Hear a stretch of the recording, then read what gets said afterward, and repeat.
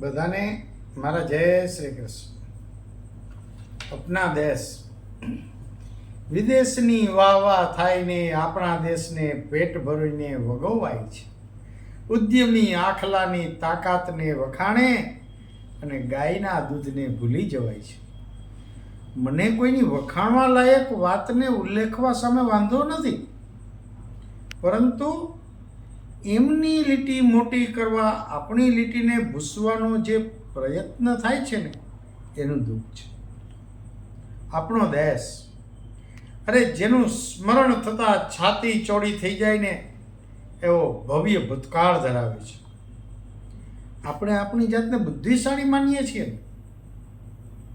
તો ક્યારેક એ બાબતનું ચિંતન કેમ નથી કરતા કે આપણામાં એવું તે શું પરિવર્તન આવી ગયું કે એ ગૌરવશાળી પ્રતિભાશાળી વારસાને આપણે ટકાવી ના શક્યા.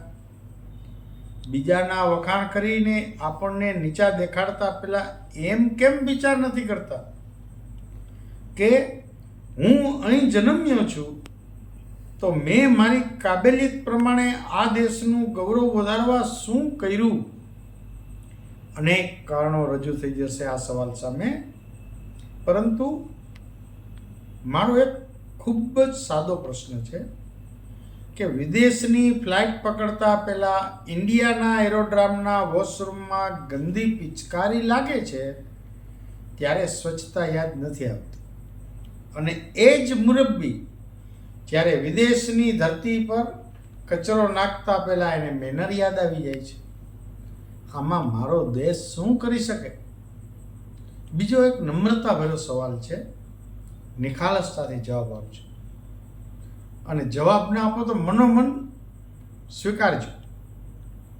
જેટલી બાબતો પર આપણા દેશના અવગુણો દેખાય છે, એ બધા અવગુણો જેવા કે સ્વચ્છતા, ટ્રાફિક રૂલ્સ, જાહેર સ્થળનો દુરુપયોગ, બીજાને ડિસ્ટર્બ કરતી પ્રવૃત્તિઓ વગેરે વગેરે, એમ કે જેની આપ ભરપૂર ટીકા કરો છો, એ અવગુણને ફેલાવવામાં જ્યારે પણ જરૂર પડી તમારું યોગદાન કેટલું છે?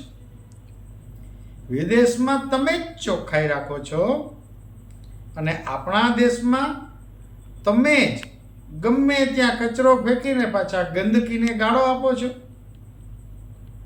અને આપણા દેશ માટે તમે શરમની લાગણી અનુભવો છો.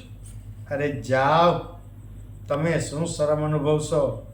આપણો દેશ તમારી આ બેધારી વિચારધારાની શરમ મહેસૂસ કરે છે.